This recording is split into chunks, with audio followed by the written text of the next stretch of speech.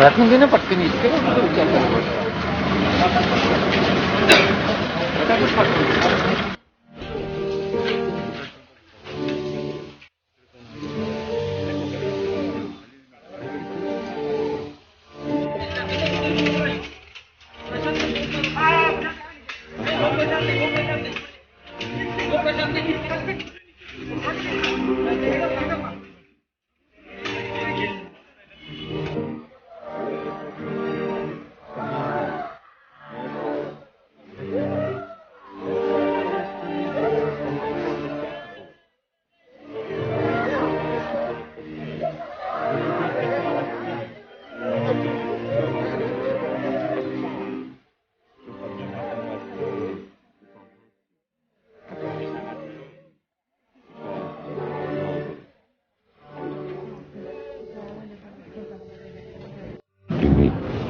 सगळेजण प्रयत्न करतात. आगीचं नक्की कारण काय आणि आपल्याला काय दिसलं? बॉम्ब, आपलं बॉम्ब नाही, सॉरी, एसी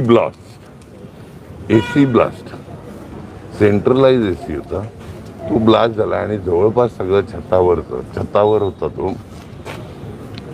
आणि तो सगळं छत उडलेला. आपली काय मागणी राहील इकडे? याची चौकशी झाली? आज मागणी करण्यात नाही, नंतर चौकशी करू काय काय चुका राहिल्यात.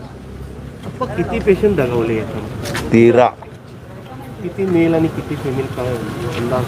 हो, आता तुम्ही काय मागणी राहील, किती पेशंट, मग मुलं किती, घटनेला जबाबदार कोणाला मानताय आपण? अशी डिटेल विचारू नका ना. आज आपलं कर्तव्य काय सगळ्यांचं, मीडियानी पण प्रश्न उचलला पाहिजे. ज्या चुका आहेत त्या प्रशासनाने कबूल केल्या पाहिजेत. ज्याच्यावर आपल्याला भविष्यामध्ये वसई विरार नाही तर महाराष्ट्रामध्ये किंवा भारतामध्ये जी काही सावधता बाळगली पाहिजे ती बाळगू आपण ह्या मेल किती, फिमेल किती, मुलं किती, आज कोणच नाही सांगू शकत ना लगेच. आम्ही इकडे काय लिस्ट बघायला आलो नाही ना, आम्ही आल्यात काय होत असेल, कोण अडचणीत असेल, काय मदत करता येईल तेवढी करू. आता यानंतर वसईविरारच्या सर्व हॉस्पिटलमध्ये काळजी घेतली पाहिजे. सगळ्यांनीच घ्यायची, दुर्दैवाने घेतली नाही ते आता प्रशासनाच्या पण असेल. सगळी काळजी घेऊ ना भविष्यात. तुम्ही पण मीडियाच्या माध्यमातून उठवा, ज्या चुका असतील तर बघू ना आपण. तुम्ही दोन्ही आमदार, जिल्हाधिकारी सगळ्यांनी पाहणी केली, तुम्ही सरकारशी काय संपर्क साधलाय? दादा भुसे साहेब मालेगावहून निघाल्यात, 2-2.5 तास लागतील त्यांना अजून. मला वाटतं नाशिक सोडलं असेल त्यांनी, तर ते येत आहेत. सर, या नातेवाईकांचा आरोप होता की या ठिकाणी कोणतीही सुविधा उपलब्ध नव्हती.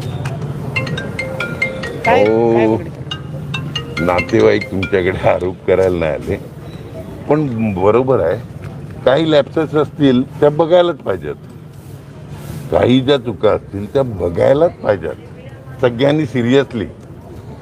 म्हणजे तुम्ही प्रश्न विचारला म्हणून नाही, ज्या चुका आहेत त्या बघायला पाहिजेत सगळ्याच हॉस्पिटल.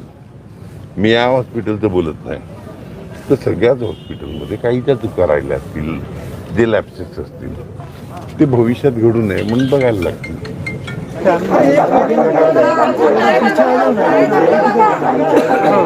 कारवाई झाली पाहिजे, आमचं मागणे कायद्याची कारवाई झाली पाहिजे. एक मिनिट, पहिल्यापासून सांगा ना, काय तुमचं कोण आहे? माझी सासू इकडे, त्यांची आई आहे, माझी बायको आहे. काय झालेलं? ऍडमिट केलं कोरोना म्हणून, सस्पेक्ट करून ऍडमिट केलं होतं आयसीयू मध्ये. ते रिकवर होत आले, 64 सॅच्युरेशन होतं, 96 सॅच्युरेशन झालेलं, सॅच्युरेशन झालं होतं, बरे होत होत्या. आम्ही सेपरेट नर्स ठेवले होते, काही इकडे स्टाफ अजिबात नाही आहे, लक्ष देत नाही. आम्ही सिस्टर ठेवली होती सेपरेट, त्या सिस्टरने आम्हाला 10-40 वाजता फोन हॉस्पिटलचा एक स्टाफ नव्हता तिकडे, एक स्टाफ नव्हता. एक स्टाफ नव्हता हॉस्पिटलचा इकडे, एक स्टाफ. तुमची काय मागणी आहे? आमची मागणी झाली पाहिजे कायदेशीर कारवाई.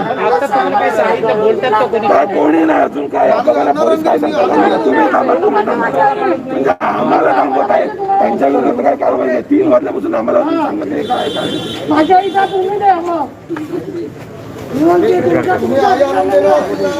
असं झालेलं आहे. कितव्या माळा दुसऱ्या माळावर होते, ICU मध्ये होती. बरं काय तुम्हाला काय सांगितलं चाललंय? आता आम्हाला काय नाही बोलत ते. मला डॉक्टरांची भेट पण नाही झाली आणखी. तुम्हाला हॉस्पिटलकडनं काय माहिती दिली आहे का? माहिती काय नाही दिलेली मिळत आम्हाला ना. पहिला आम्हाला ऍडमिट करायचं भाऊ 2 मिनिटं सर सांगा, विरारला ही जी घटना घडली आहे, कधी घडली, काय घटना घडली आहे? 3:15 वाजता ICU युनिटमधलं AC ब्लास्ट झाल्याची प्रथम खबर आहे. ICU मध्ये 17 पेशंट होते, त्यापैकी 4 पेशंट आणि स्टाफ बाहेर आला आणि बाकी 13 पेशंट आतमध्ये एक्सपायर झालेले आहेत. तुम्ही पाहणी केली आहे, काय नक्की घटना घडली आहे किंवा आपण काय आपल्या निदर्शनास आलंय? AC आणि तिथे आग लागलेली आहे. डिटेल फायरचा वगैरे रिपोर्ट येईल. त्यानंतर आपल्याला आग कशी लागली त्याची आपल्याला फायर ऑफिसरकडून रिपोर्ट मिळेल. 4 लोक जे पेशंट कुठे हलवले? प्रश्न विचारा. या ठिकाणी नातेवाईकांनी आरोप केलाय की या ठिकाणी सुविधा नव्हता आग विझवण्यासाठी. तुम्ही काय निर्देश दिले स्थानिक प्रशासनाला? आता इथे मनपा आयुक्त आहेत आणि ते इन्व्हेस्टिगेशन करतायत त्याचं. यामध्ये जे 4 शिफ्ट केले पेशंट आहेत, बाकी सर्व पेशंट सुखरूप आहेत आणि आता त्यावर फायर वगैरे सगळं रिपोर्ट आल्यानंतर आपल्याला ऑफिशियल स्टेटमेंट मनपाकडून मिळेल. दोषी असतील त्यांच्यावर कारवाई होईल. शासनाला अहवाल पाठवून आयुक्त त्याच्यावर निर्णय घेतील.